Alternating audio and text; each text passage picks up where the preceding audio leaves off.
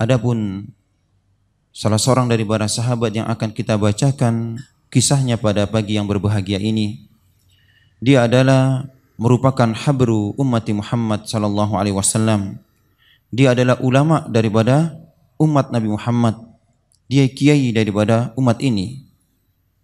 Dia adalah Abdullah ibnu Abbas radhiyallahu anhu.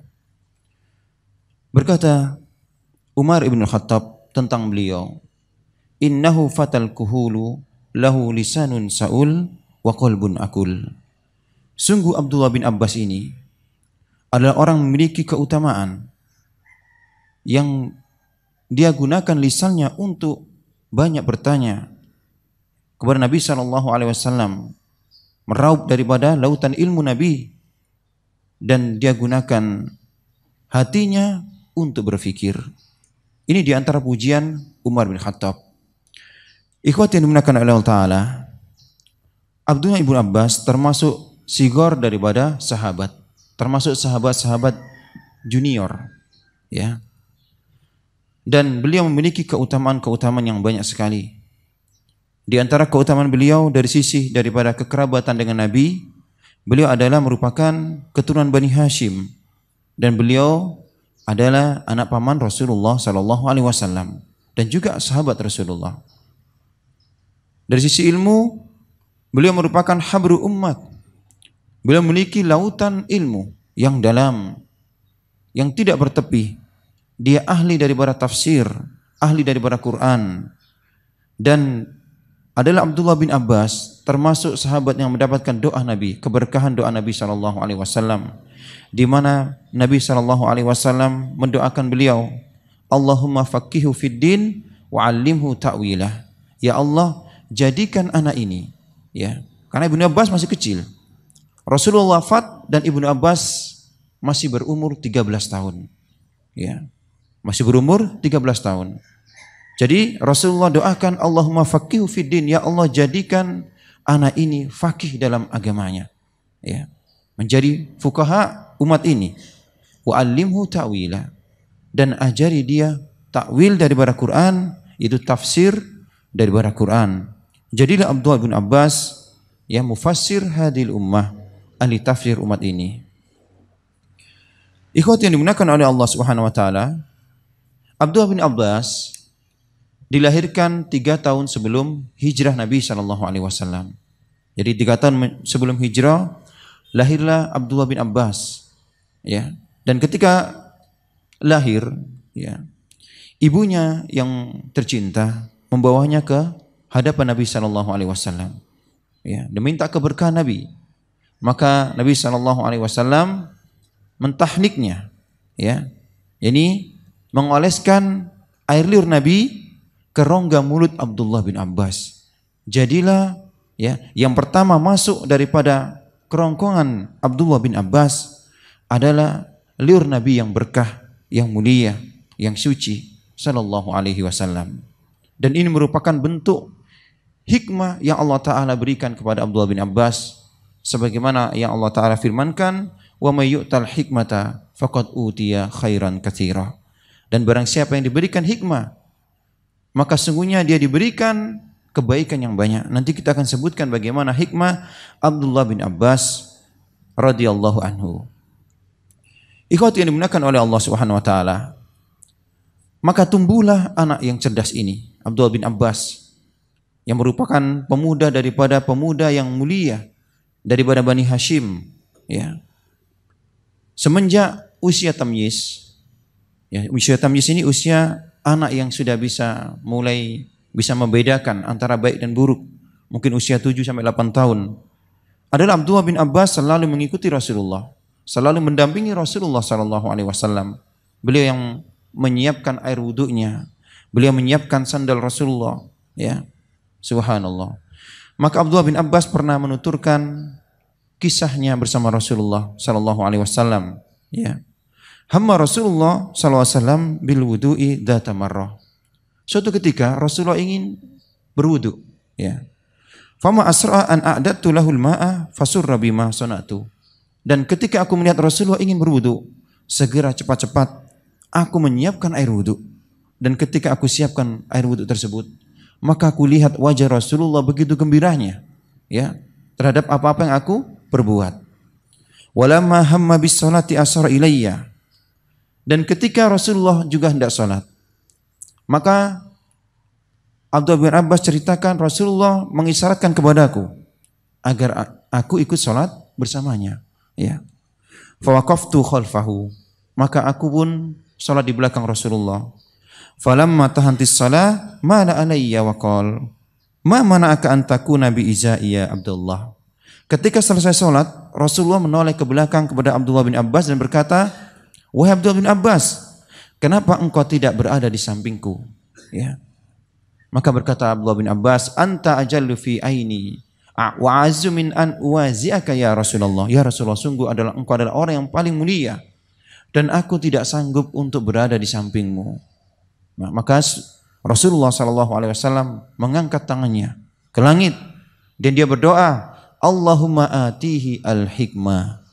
Ya Allah, berikan kepada anak ini hikmah.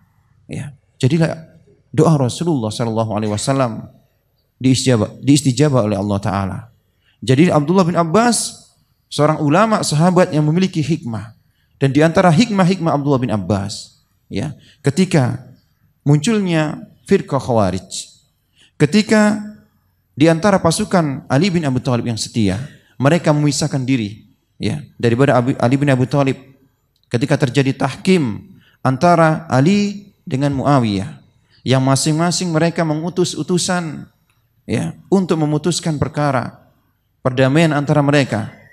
Maka di antara pasukan daripada Ali bin Abi Thalib, mereka keluar daripada barisannya. Maka Abdullah bin Abbas menuturkan bagaimana kisah dialognya dengan orang-orang Khawarij.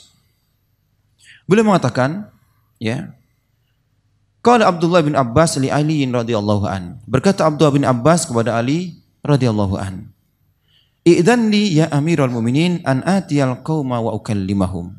Ya Amirul Mukminin, kata Abdullah bin Abbas, izinkan aku, ya, agar aku mendatangi mereka orang-orang Khawarij dan aku ingin berdialog dengan mereka. Aku ingin hilangkan syubhat-syubhatnya. Ya, apa penyebab mereka keluar daripada barisanmu? Faqala inni atakhawwafu alaika minhum. Berkata, ya, Ali bin Abi Thalib, aku takut terjadi apa-apa denganmu. Aku takut bagaimana keselamatanmu nanti. Ya. Faqala kalla insyaallah. Maka Abdullah bin Abbas mengatakan, enggak ada masalah insyaallah. Ya, tidak ada apa-apa. Summa dakhala alaihim. Maka Abdullah bin Abbas bertemu dengan mereka. Falam yara qauman qattu asadda ijtihadan minhum fil ibadah. Dan berkata Abdullah bin Abbas, aku tidak pernah melihat suatu kaum, ya, yang mereka itu sangat bersungguh-sungguh dalam ibadah melebihi orang-orang Khawarij. Ya. Berkata Abdullah bin Abbas, sungguh aku dapatkan orang Khawarij ini, mereka orang yang paling, ya, getol dalam beribadah. Jangan tanya bagaimana puasa mereka. Jangan tanya bagaimana salat lail mereka. Sampai membekas di kening-kening mereka bekas-bekas sujud.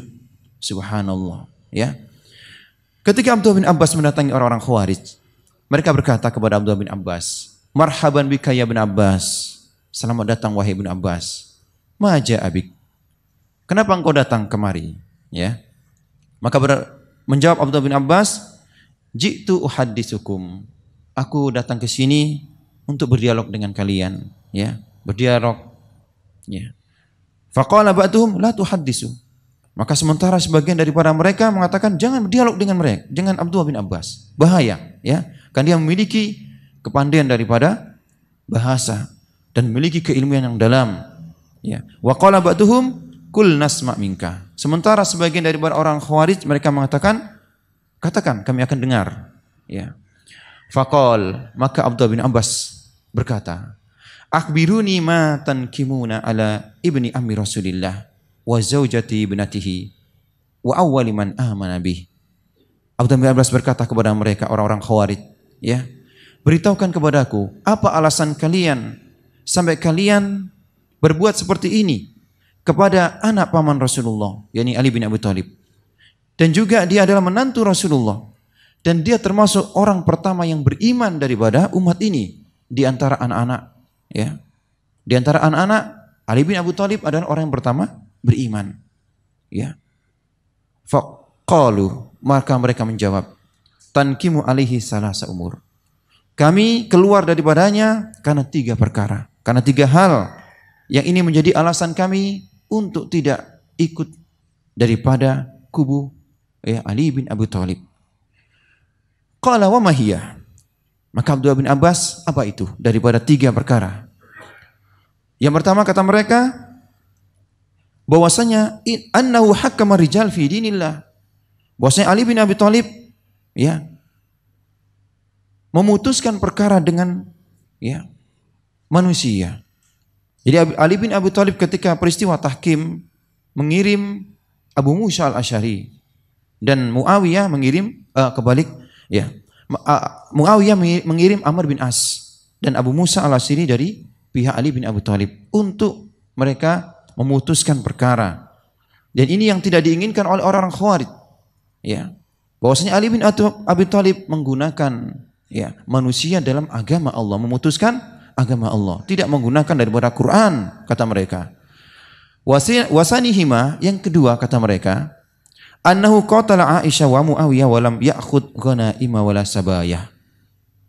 Ali bin Abi Thalib ketika berperang dengan Muawiyah ya dan dalam perang Siffin dan berperang dengan kubu Aisyah dan Jubair dalam perang Jamal, tidak mengambil harta rampasan mereka dan tidak menawan mereka. Ya, peperangan ini Ali bin Abi Thalib tidak seperti biasa yang peperangan-peperangan yang diperbolehkan untuk mengambil harta rampasan perang dan juga menawan wanita-wanita serta anak-anak mereka. Ini alasan yang kedua. Wasali suha, yang ketiga kata mereka, annahu maha an nafsihi laqab amirul mu'minin ma'a annal muslimina faqad baya'uhu wa ammaruhu. Ali bin Abi Thalib menghapus gelar Amirul Mukminin, ya. Sedangkan kaum muslimin telah membaiatnya. Dan kaum muslimin telah memilih dia sebagai Amir Mukminin. Ini 3 subuhat orang-orang Khawarij yang dengannya itu mereka keluar daripada Ali bin Abi Thalib. Disebut Khawarij dari kata kharaja, khuruj, keluar. Mereka keluar daripada barisan kaum muslimin, barisan Ali bin Abi Thalib. Kemudian Abdullah bin Abbas, beliau berkata, ara'aitum in asma'tukum min kitabillah wa haddastukum min hadisi Rasulillah ma la tunkirunahu afatarji'una amma antum fihi. Bagaimana pendapat kalian kalau aku bacakan kepada kalian Quran, aku bacakan kepada kalian hadis Rasulullah tentang perkara yang kalian ragukan terhadap Ali bin Abi Thalib, tentang 3 masalah kalian ini, apakah kalian akan kembali kepada dalil? Qalu na'am. Mereka mengatakan iya. Yang pertama, berkata Abdullah bin Abbas, amma qaulukum, adapun perkataan kalian bahwasanya Ali bin Abi Thalib mengambil seseorang untuk memutuskan perkara agama Allah ini. Tidakkah kalian mendengar firman Allah Ta'ala ya dalam surah Al-Maidah ayat 95 tentang ya buruan. Ya ayyuhalladzina amanu la taqtulus sayda wa antum hurum. Wahai orang-orang yang beriman, janganlah kalian ya membunuh buruan sedangkan kalian dalam kondisi ihram.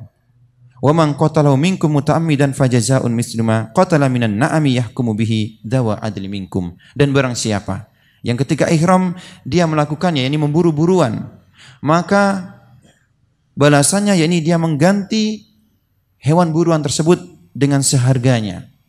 Ya, dan hendaknya memutuskan ini adalah 2 orang yang adil. Ya, dari ayat yang mulia ini Allah Ta'ala perintahkan untuk mengambil ya hukum memutuskan perkara dengan 2 orang yang adil. Maka berkata Abdullah bin Abbas, ansudukumullah, aku bersumpah demi Allah, afakumur rijal fi haqni dimaihim wa anfusihim wa salahi dzati bainihim ahakku am hukmuhum fi arnab samanu arbu dirham. Apakah kita mengambil hukum manusia untuk menjaga pertumpahan darah kaum muslimin, ya itu lebih berhak daripada menjaga daripada darah hewan buruan. Ya, subhanallah. Dalam ayat yang mulia ini Allah Ta'ala perintahkan untuk mengambil putusan seseorang untuk menjaga ya tentang tertumpahnya Bagaimana kaum muslimin, darah kaum muslimin? Tentu lebih berhak. Faqalu bala fi hakni dima'il muslimin wa salahidati bainihim. Berkata orang-orang Khawarij, tentu menjaga darah kaum muslimin itu lebih diutamakan daripada sekedar hewan buruan. Ya. Faqala akhrajna min hadhihi. Maka berkata Abdullah bin Abbas, apakah kalian keluar dari masalah ini? Sudah selesai tentang syubhat ini? Ya. Allahumma na'am. Mereka mengatakan, iya selesai. Qala. Adapun yang kedua, perkataan kalian bahwasanya Ali bin Abi Thalib, ya, ketika berperang dengan Muawiyah dan juga berperang dengan kubu Aisyah dan juga Zubair, kama tidak menawan dan tidak mengambil harta rampasan mereka, ya. Afa kuntum turiduna an tasbu ummakum Aisyah wa tastahilluna kama tastahillu as-sabaya. Apakah kalian rela ummahatul mukminin Aisyah radhiyallahu an, ya, menjadi bagian kalian, menjadi bagian tawanan kalian yang menjadi halal untuk kalian? Subhanallah. Fa in qultum na'am, kalau kalian mengatakan iya, faqad kafartum, sungguh kalian telah kufur.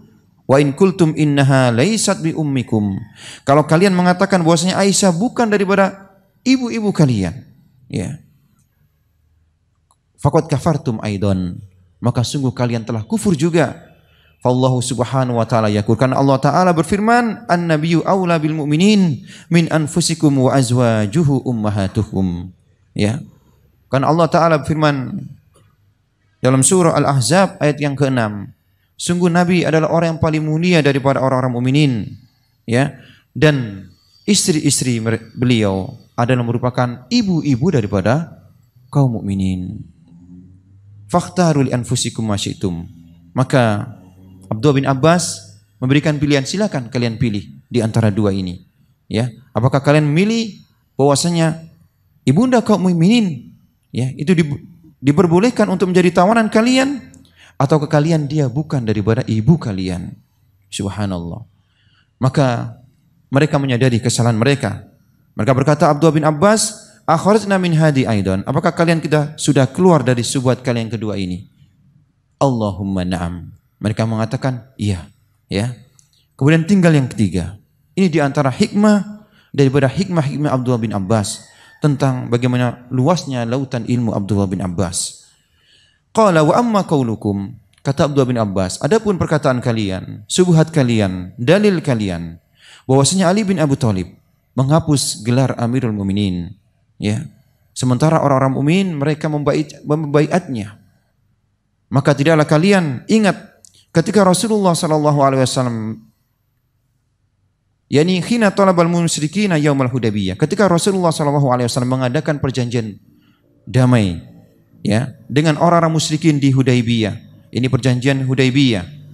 Ketika Rasulullah hendak menulis kata, ya, hada qada alaihi Muhammad Rasulullah, ini adalah perjanjian Muhammad Rasulullah, ya. Maka berkata orang-orang musyrikin, kalaulah kamu adalah Rasulullah, kalau kami tahu engkau adalah Rasulullah, maka kami tidak akan mencegatmu untuk menziarahi Baitullah dan kami tidak memerangimu, ya. Akan tapi tulis Muhammad ibn Abdullah. Maka Rasulullah SAW mengizinkannya untuk menulis di perjanjian Hudaybiyah Muhammad, ya, ibnu Abdullah, bukan Muhammad Rasulullah. Subhanallah. Maka berkata Abdullah bin Abbas, ya, apakah ini menunjukkan bahwasanya Muhammad bukan Rasulullah? Ketika Rasulullah menghapus nama Rasulullah diganti dengan ibnu Abdullah, apakah ini menunjukkan bahwasanya beliau bukan Rasulullah? Ya. Maka mereka terdiam. Berkata Ibnu Abbas, fahal kharajna min hadi, apakah kalian sudah selesai tentang syubhat kalian ketiga ini? Allahumma na'am. Maka setelah itu, ikhwati yang dimuliakan oleh Allah Ta'ala, setelah penjelasan dari Abdullah bin Abbas kepada mereka orang-orang Khawarij tentang tiga syubhat mereka, tentang tiga perkara yang mereka dengannya itu keluar daripada barisan Ali bin Abi Thalib, maka kembalilah 20.000 daripada orang-orang Khawarij, ya, kepada kaum muslimin. Tobat mereka, ya, daripada syubhat mereka, dan masih tersisa 4.000 daripada mereka yang tetap kekeh, tetap dengan pendapat mereka. Ikhwatin dimuliakan oleh Allah Subhanahu wa taala. Kemudian Abdullah bin Abbas di masa mudanya, ya, adalah orang yang haus tentang ilmu, haus akan ilmu. Ya. Ketika Rasulullah SAW wafat, dia mencari sahabat-sahabat Rasulullah. Dia tidaklah satu ilmu, satu hadis, ataupun satu daripada ayat, kecuali dia akan cari sampai dapat. Ya. Di antara bentuk bagaimana merendahkan dirinya Abdullah bin Abbas kepada ilmu. Ya. Abdullah bin Abbas kepada ilmu, dia ceritakan, ya, ketika aku mendengar ada satu daripada sahabat Rasulullah yang memiliki hadis daripada hadis Rasulullah, atau memiliki ayat daripada ayat Quran yang dia tidak mengetahuinya, maka dia akan berusaha untuk mendatanginya. Dia akan berusaha mendatanginya. Ataitu baba baitihi waqti qailulatihi.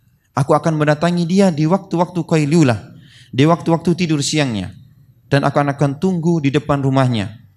Akan kugunakan selendangku ini, kata Abdullah bin Abbas, untuk menutupi wajahku daripada terpaan angin, terpaan debu. Subhanallah. Ya, wa inna ma kunta af'alu dzalika liutayyiba nafsah. Sebenarnya aku mampu untuk mengirim seseorang untuk memanggil dia, untuk menghadapku, karena kedudukanku adalah anak paman daripada Rasulullah. Akan tapi aku ingin jadikan orang-orang yang berilmu ini, aku ingin menghormati mereka. Ya, aku ingin menghormati mereka. Ini diantara bagaimana Abdullah bin Abbas merendahkan diri terhadap ilmu. Fa'akulu, dan aku katakan, ya, fal ilmu yu'ta wala ya'ti, karena ilmu itu didatangi dan tidak mendatangi. Ya, ini perkataan sahabat yang mulia Abdullah bin Abbas, bahwasanya ilmu itu didatangi. Kita yang mendatangi ilmu, bukan ilmu yang datang kepada kita. Dan diantara bagaimana, ya, Abdullah bin Abbas mencari ilmu adalah penulis wahyu Rasulullah, Zaid ibnu Thabit. Waktu itu sedang mengendarai tunggangannya. Maka seketika itu juga Abdullah bin Abbas berlari dan memegang, ya, daripada ikatan hewan tunggangannya, menuntunnya. Maka Zaid bin Thabit merasa sungkan, ya. Ya bin Ammi Rasulillah, wahai anak paman Rasulullah, jangan lakukan ini. Maka berkata Abdullah bin Abbas, dengan inilah kami diajari bagaimana menghormati seorang yang memiliki ilmu. Ya, dengan inilah kami diajari adab bagaimana menghormati orang memiliki ilmu. Maka Zaid bin Thabit, ya, meminta kepada Abdullah bin Abbas untuk mengulurkan tangannya. Ulurkan tanganmu wahai ibnu ammi Rasulillah. Maka diciumlah tangan Abdullah bin Abbas. Berkata Zaid bin Thabit, seperti inilah kami diajari untuk menghormati, ya, ahli bait Rasulullah sallallahu alaihi wasallam. Naam. Ikhwati yang dimuliakan oleh Allah Subhanahu wa taala. Masih panjang, mungkin kita cukupkan sedikit daripada Abdullah bin Abbas. Abdullah bin Abbas ketika di Khalifah Umar bin Khattab radhiyallahu an, termasuk dipilih menjadi dewan syura, ya. Tidak ada permasalahan-permasalahan pelik, permasalahan-permasalahan sulit yang dihadapkan kepada Khalifah Umar bin Khattab kecuali dimusyawarahkan kepada sahabat-sahabat senior dan juga Abdullah bin Abbas yang waktu itu menjadi sahabat junior. Ya, suatu ketika Abdullah bin Abbas dibawa Umar bin Khattab di suatu musyawarah pertemuan yang dihadiri oleh sahabat-sahabat senior, sahabat-sahabat kibar. Ya, dan mereka berkata kepada Umar, wahai Umar, kenapa engkau membawa anak ini? Ya, anak yang umurannya sama dengan anak-anak kita. Ya. Berkata Umar, engkau tidak tahu siapa dia. Ya. Suatu ketika Umar bertanya tentang tafsir surah An-Nasr. Idza jaa nasrullahi wal fath. Ya. Apa tafsir daripada ini? Para sahabat semuanya diam. Maka berkata Umar, wahai Ibnu Abbas, katakan apa tafsir daripada surat ini? Berkata Abdullah bin Abbas, sungguh tafsiran daripada surat Idza jaa nasrullahi wal fath menunjukkan dekatnya ajal Rasulullah sallallahu alaihi wasallam ketika datang pertolongan Allah dan juga kemenangan. Ya, Abdullah bin Abbas berkata, sungguh tafsiran ayat ini menunjukkan dekatnya daripada wafatnya Rasulullah sallallahu alaihi wasallam. Dan Abdullah bin Abbas meninggal dalam umur 71 tahun, ya. dan meninggalkan warisan daripada warisan Rasulullah berupa ilmu, ya. Dan juga ketika dikuburkan Abdullah bin Abbas, maka orang-orang yang menguburkannya mendengar suara daripada lantunan Quran yang tidak tahu dari mana suara tersebut, yakni ya ayyatuhan nafsul mutmainnah, wahai jiwa yang tenang, irji'i ila rabbiki radiyatan mardiyah, maka kembalilah kepada Tuhanmu dalam keadaan ridho dan dalam keadaan diridhoi. Fadkhuli fi ibadi wadkhuli jannati, maka masuklah sebagai hamba-Ku dan masuklah ke dalam surgaku. Ini diantara kisah Abdullah bin Abbas yang singkat yang bisa kita sampaikan pada pagi hari ini. Semoga bermanfaat, semoga ini menambah wawasan ilmu kita terhadap sahabat Rasulullah sallallahu alaihi wasallam. Subhanakallahumma wa bihamdik, asyhadu an la ilaha illa anta, astaghfiruka wa atubu ilaik. Assalamualaikum warahmatullahi wabarakatuh.